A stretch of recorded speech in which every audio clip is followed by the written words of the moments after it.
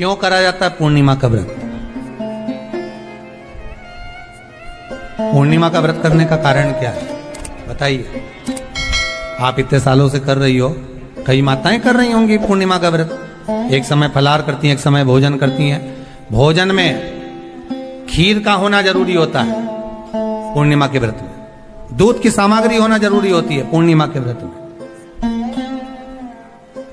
12 महीने की पूर्णिमा करो, मना नहीं है। और पूर्णिमा उठाने का भी समय होता है चैत्री। चैत्र के महीने की जो पूर्णिमा होती है, चैत्री पूर्णिमा पहली पूर्णिमा मानी जाती है, इसलिए चैत्री पूर्णिमा को सिद्ध पूर्णिमा कहते, कार्य सिद्धात्री पूर्णिमा कहते, सिद्ध करने में। मनोरथी पूर्णिमा कहते हैं, मनोरथी पूर्णिमा। इसलिए पूर्णिमा का व्रत कहां से उठाया जाता है?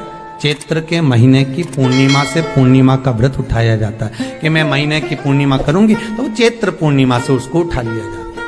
पर उसका एक नियम रहता है, आप फलाहार करें अपनी जगह पर है, पर एक समय भोजन कर रहे हैं वो अपनी जगह पर। भोजन के साथ में मीठे के साथ थोड़ा दूध की सामग्री होना जरूरी होती है। और क्यों करते हैं पूर्णिमा का व्रत? किस लिए किया जाता है, क्यों करा जाता है? उसका व्याख्यान वर्णन शिव महापुराण के अंतर्गत स्कंद पुराण में लिखा गया।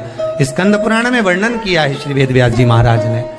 कहा ये पूर्णिमा का व्रत इसलिए किया जाता है कि व्यक्ति का जब मन गलत भ्रम में जाने लगता है, मन जब गलत जगह पर जाने लगता है, तो ये मन को गलत जगह पर ले जाने वाला कौन होता है? तो कहा ये चंद्र होता है। व्यक्ति की राशि के अंतर्गत, व्यक्ति की पत्रिका के अंतर्गत, व्यक्ति की ग्रह दशा के अंतर्गत जब चंद्र बेकार चलता है तो व्यक्ति अच्छा करते करते भी बेकार करने लग जाता है। चंद्र डोल रहा है। कई माताएं कहती हैं गुरुजी हमारे बेटे को आशीर्वाद दीजिए, बहुत गलत संगत में जा रहा है। मतलब समझ जाना कि चंद्र गड़बड़ जा रहा है। बेटी अगर गलत मार्ग पर जा रही है, बेटी अगर गलत संगत में जा रही है, किसी अन्य व्यक्ति को आकर्षित हो, चंद्र गड़बड़ हो रहा है, उसका चंद्र कहीं जा रहा है। कोई पुरुष, कोई लड़का, कोई गलत मार्ग पर जा रहा है, चंद्र गड़बड़ हो रहा है। घर में जो क्लेश उत्पन्न होता है, घर में जो विवाद उत्पन्न होता है, उस विवाद को रोकने के लिए केवल चंद्र की ही, इसलिए तो पूर्णिमा घर की नारियां हमारे यहाँ हिंदू धर्म में यहां तक स्कंद पुराण में कह दिया कि प्रत्येक पूर्ण आप लोग कभी आप लोगों ने सत्यनारायण जी की कथा करवाई है? जितने लोग आस्था चैनल पर कथा सुन रहे हैं, जितने लोग फेसबुक यूट्यूब पर कथा सुन रहे हैं, यूट्यूब पर कथा का श्रवण कर रहे हैं, उनने कभी सत्यनारायण की कथा करवाई होगी। तो उसमें लिखा है हर कार्तिक, हर पूर्णिमा को, हर संक्रांति को ब्राह्मण सत्यनारायण भगवान की कथा या राजा या वैश्य कथा को कराता था या बढ़िया कथा कराता। सुनी कि नहीं सुनी ये बात? सत्यनारायण भगवान की कथा में लिखा है, स्कंद पुराण के अंतर्गत जो सत्यनारायण भगवान की कथा का स्मरण किया उसमें लिखा है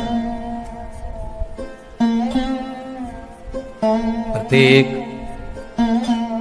संक्रांति पूर्णिमा को सत्यनारायण की कथा करवाने लगा और ये योनि को प्राप्त हुआ, इस योनि से छूटा, इस योनि में गया। लिखा है, सब कुछ लिखा है।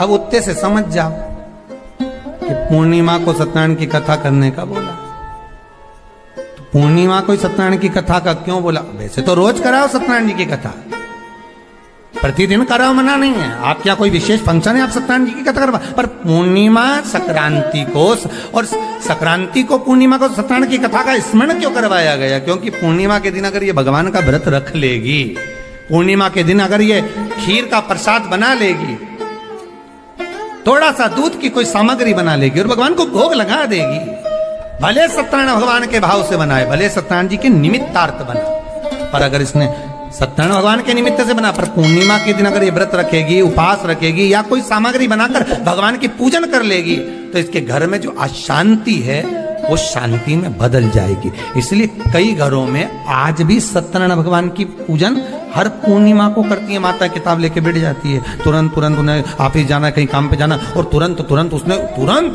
जल्दी जल्दी कलश रखा, कलश नहीं भी रखे तो भगवान की पूजन कर को रखे ब्राह्मण देवता को बुला लेगी, ब्राह्मण नहीं आएंगे तो खुद कर लेगी, पर करती जरूर है। इतना सा आटा सेक लेगी, पंजेरी बनाई, सीरा बनाई, मिठाई रख दो, कुछ भी करेगी पर सत्यनारायण की कथा कर लेगी। उसका मन लग गया उसमें, मतलब पूर्णिमा को करना है। उसको करने से क्या होता है? शांति रहती,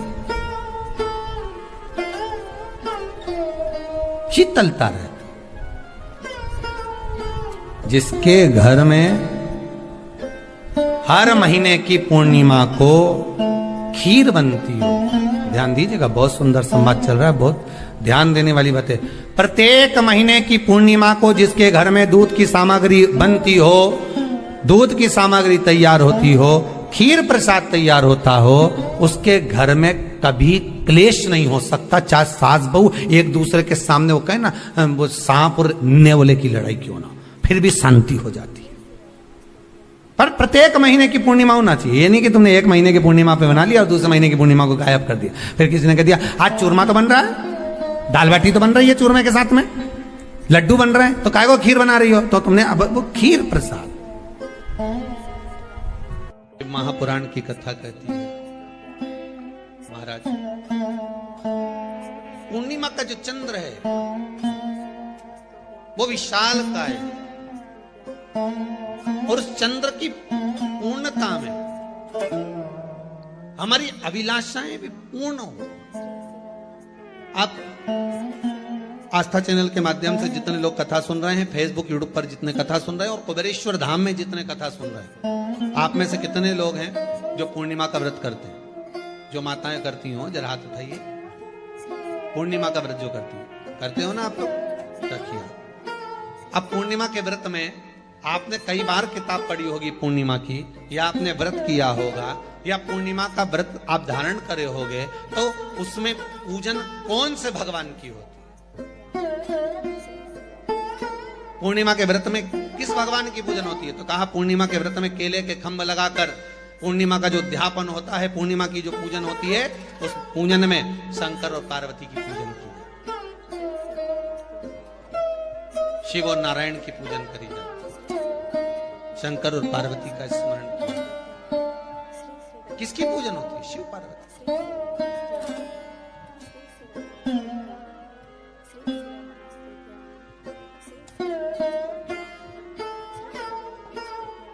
क्यों शंकर और पार्वती का पूजन क्यों करा जाता है पूर्णिमा के व्रत में? क्योंकि शिव और माता पार्वती ही केवल एक ऐसे हैं जिन्होंने अपूर्ण लक्ष्मी को भी पूर्ण बना दिया था। किसको पूर्ण बनाया है? लक्ष्मी। शरद पूर्णिमा के दिन अगर आप शंकर भगवान को एक लोटा पानी अगर शिव को समर्पित कर रहे हो, श्वेत पुष्प को रखकर शंकर जी के ऊपर सफेद फूल को चढ़ाकर अगर एक लोटा जल भी, एक पात्र जल भी शंकर को समर्पित कर रहे हो, तो ये लक्ष्मी के लिए ही तो कर रहे हो। और कौन सी लक्ष्मी? पूर्ण लक्ष्मी। पूर्ण लक्ष्मी। आपको पहले भी कथा में कहा, एक बार भगवान विष्णु के सामने लक्ष्मी मैया ने बहुत तेज स्वर में कह दिया था, नारायण, दुनिया के लोग आपका नाम जपते हैं, दुनिया के लोग नारायण नारायण कहते हैं, दुनिया के लोग आपका भजन करते हैं, पर सत्य मायने में कहूं ना तो मेरे बिना दुनिया के लोगों की नहीं चल सकती। मेरे बिना दुनिया नहीं चल सकती, संसार मेरे बिना नहीं चल सकता। भगवान विष्णु ने कहा ये तो गलत है लक्ष्मी आपका कहना। एक दिन लक्ष्मी को अहंकार आ गया, अहंकार के संबोधन जब माता लक्ष्मी करने लगी तो भगवान उसी समय पर भगवान विष्णु को क्रोध आ गया, और भगवान विष्णु ने कह दिया लक्ष्मी तो इतनी बड़ी बड़ी बात कहती है कि तेरे बिना नहीं रह सकती संसार। मैं तुझे कहता हूं लक्ष्मी तू अपूर्ण है, तू अपूर्ण है, तू पूर्ण कब हो गई?